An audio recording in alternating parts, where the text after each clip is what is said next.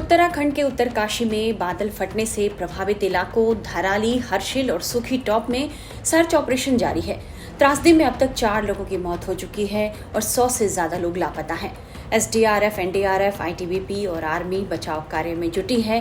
स्थानीय लोगों के साथ मिलकर सभी एजेंसियां हर जान को बचाने के लिए जी जान से जुटी हुई हैं। हालांकि मौसम खराब होने की वजह से रेस्क्यू ऑपरेशन को चलाने में बार बार दिक्कतें आ रही हैं। खराब मौसम लगातार राहत और बचाव कार्य के लिए चुनौती बनी हुई है। 3 जगह हाईवे टूटने और कई रास्ते खराब होने से राहत और बचाव टीम के लिए गाड़ियों का पहुंचना मुश्किल है।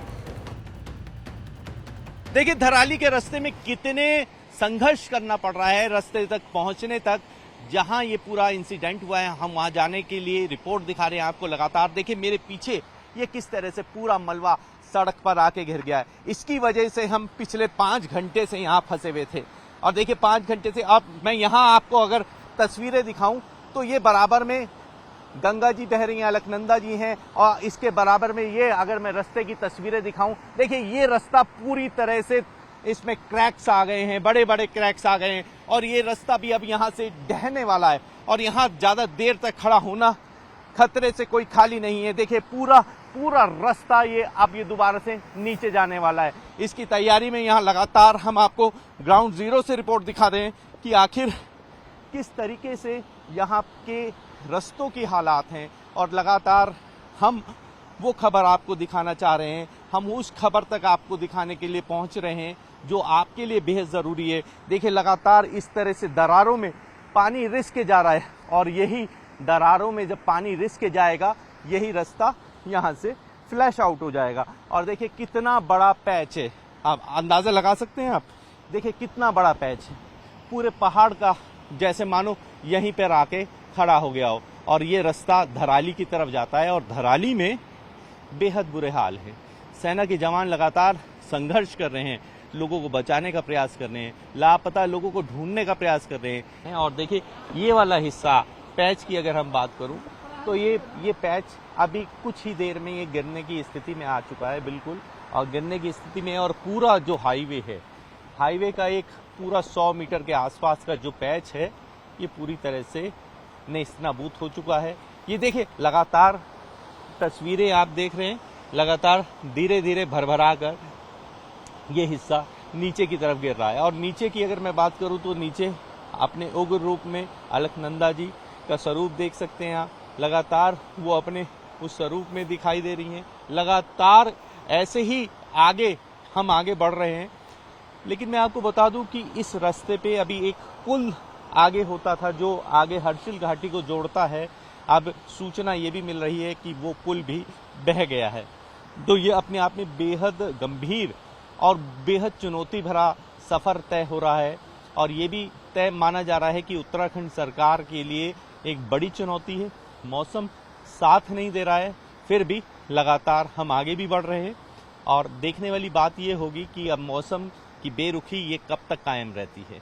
हम इस समय भटवाड़ी में हैं और लगातार रास्ता ध्वस्त हो चुका है। तो हमारे पास विकल्प के तौर पर जो रास्ता है हम आपके सामने दिखाने की तस्वीरें दिखा रहे हैं कि किस तरह के रास्ते को हमें पार करके आप तक वो जरूरी खबर दिखानी है कि आखिर हुआ क्या है, आखिर मौके पे हुआ क्या था। वो सारी तस्वीरें हम आपको दिखाएंगे। और देखिए लगातार रास्ते को हम जंगल के रास्ते से होते हुए, हमारे साथ राजकिशोर जी भी हैं जो कमांडर हैं GEFF के, और लगातार वो भी यहाँ मौके पे पहुंच रहे हैं और हमारे साथ ये भी ट्रैक कर रहे हैं।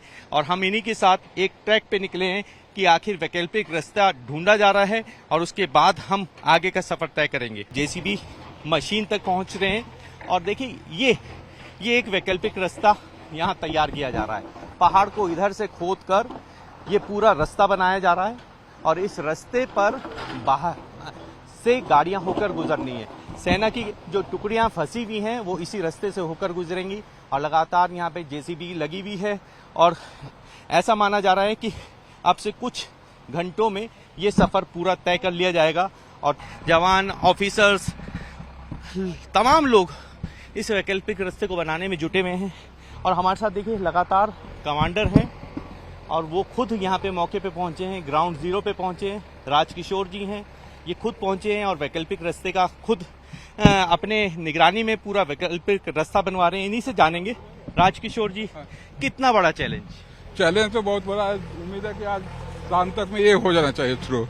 आज शाम तक ये अच्छा ये अप्रोच हो आगे आगे जो आने वाला सबसे बड़ा चैलेंज है वो गंगनानी पुल है।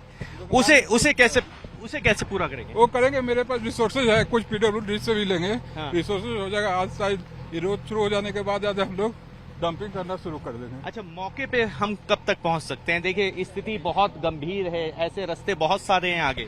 चलिए हम आपको अभी दिखा देते हैं साइड, वो भी साइड जहाँ पर स्लाइड है।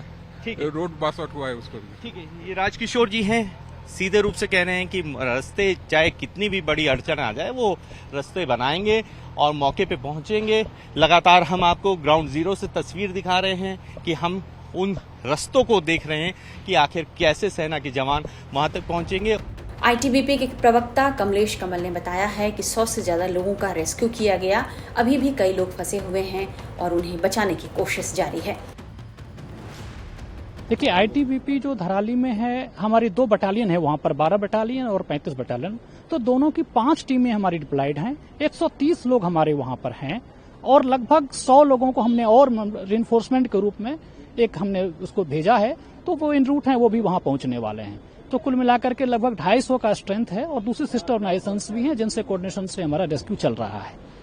कितने लोगों को अभी तक बचाया जा चुका? कोई डेड बॉडी भी आप लोगों ने रिकवर की थी, उसके बारे में भी? हाँ, आज सुबह एक डेड बॉडी हमने रिकवर किया है और इसके अलावा 100 से अधिक लोग, जैसा आप देख रहे हैं, 100 से अधिक लोगों को रेस्क्यू कर लिया गया है और एक डेड बॉडी हमारी अभी रिकवर हुई है। आज चूंकि हमारे पास हमने कम्युनिकेशन भी सेटअप कर लिया है, पहले कम्युनिकेशन सेटअप नहीं था तो उससे एक दिक्कत हो रही थी।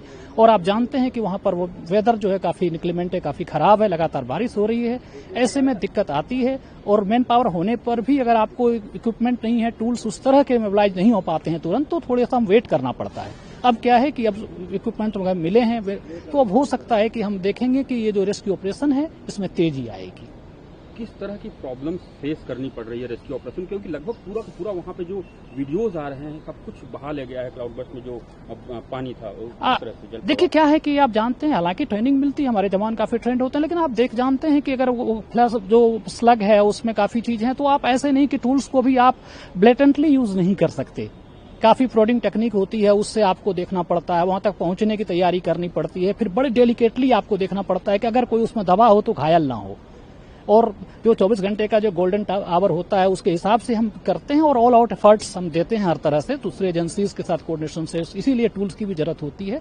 तो काफी एक सेंसिटिव मामला होता है, लेकिन चूंकि हमारे वीर्स भी ट्रेंड होते हैं तो उन्होंने इसको कर रहे हैं। वो सब ऐसा अभी तक अनुमान लगाया जा रहा है कि लगभग 60 से ज्यादा लोग अभी भी दबे होने की आशंका है। अभी आईटीबीपी चूंकि प्रेजेंट है स्पॉट पे, तो क्या आप लोगों की क्या एस्टिमेट है अभी तक? देखिए, इस पर अभी एक एस्टिमेशन है, एस्टिमेशन पर मैं बात नहीं कर पाऊंगा।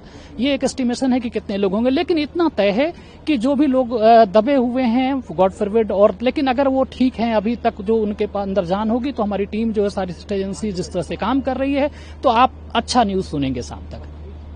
किस तरह से लोगों को इवैक्यूएशन, जो आपने बताया कि 100 से ज्यादा लोगों को इवैक्यूएट कर चुकी है अभी तक आईटीबीपी, तो उनको एयरलिफ्ट कैसे किया जा रहा है, हॉस्पिटल कैसे? देखिए, क्या है कि हमारे जो वहां पर बीओपीज हैं हम उसको भी यूज करते हैं। 35 बटालियन माई डंडा की बीओपी जैसे कोपांग है। कल की ही बात करें तो हमने 20 लोग जो मेडिकली ज्यादा इंजर्ड थे तो उनको हमने वहां लिया और वहां पर जो हमारे स्पेशलिस्ट डॉक्टर्स हैं और जो भी हमारी चीजें हम उनको ट्रीट करते हैं। साथ में कुछ लोगों की स्थिति थोड़ी सी क्रिटिकल थी तो उनको इवैक्यूएशन के लिए किया गया। हेली सुविधा कल तक हमारे पास उस तरह से नहीं थी, लेकिन आज हमारे जैसे डीजी साहब हैं और हमारे आईजी हैं, तो ये लोग काफी लगातार प्रयास कर रहे हैं कि हम उसको भी कोऑर्डिनेट कर लें और अधिक हम कैसे अधिक से अधिक लोगों तक अपनी सुविधा पहुंचा सकें, अधिक से अधिक लोगों के हम काम आए, हम इसके लिए प्रयास कर रहे हैं। एक और इससे जुड़ा क्वेश्चन रहेगा कि कितने जो बिल्डिंग इंफ्रास्ट्रक्चर थे, कितने घरों को लगभग वो क्लाउड बर्स्ट में तबाही हुई है और बहा ले गया है पूरा का पूरा जो फ्लैट? देखिए, मैं इसके लिए बहुत कॉम्पिटेंट आदमी अभी नहीं हूं, क्योंकि डाटा हमारे पास नहीं है, तो इस पर कितनी बिल्डिंग है इसके बारे में अभी कमेंट करना ठीक नहीं होगा। काफी बड़े पैमाने पर नुकसान हुआ है। वहीं एनडीआरएफ डीआईजी मोहसिन शहीदी ने रेस्क्यू ऑपरेशन को लेकर क्या जानकारी दी है, ये भी सुनिए। देखिए, जो अभी हमारे पास सूचना मिली है, तकरीबन 150 लोगों को सुरक्षित स्थानों पर पहुंचाया गया है। अभी जो इन्फॉर्मेशन आ रही है कि 4 डेड अभी रिकवरी हुई है और 100 से ज़्यादा लोग बताए जा रहे हैं कि हताहत हो सकते हैं, मिसिंग हैं। तो अभी ये कंफर्म न्यूज़ अभी आई नहीं है। एसडीएमए से और स्थानीय प्रशासन से कंफर्म न्यूज अभी अवेटेड है। कैसे एयरलिफ्ट कराया जा रहा है, कैसे जो लोग बचाए जा रहे हैं उनको कैसे हॉस्पिटल पहुंचाया जा रहा है, क्या सुविधा है? इस सब की स्थापना वहां पर की गई है। लोकल रिसोर्सेज के माध्यम से वहां पर आर्मी है, आईटीबीपी है और उनका जो भी वहां पर इंफ्रास्ट्रक्चर है उसको वहां पर क्रिएट किया गया है और लोगों को इंश्योर किया जा रहा है कि लोग सुरक्षित स्थान पर रहें ताकि अगर कोई सेकेंडरी ऐसा सिचुएशन होता है तो वहां पर वो हताहत ना हो। कितनी टीमें अभी वर्किंग है वहां पे और किस तरह की दिक्कतें झेलनी पड़ रही है? एनडीआरएफ की अभी 3 टीमें रास्ते में हैं, वो क्योंकि रोड बाधित है और उसमें अभी रिपेयर चल रहा है। जैसे ही वो क्लियर होगा तो हम वहां पहुंच पाएंगे। दूसरी तरफ उत्तरकाशी पुलिस ने बताया है कि अभी तक 8 स्थानीय लोग, 2 नेपाली मूल के व्यक्ति और 9 आर्मी जवानों के लापता होने की जानकारी प्राप्त हुई है, जिसमें रेस्क्यू टीम द्वारा एक स्थानीय व्यक्ति के शव को बरामद किया गया है।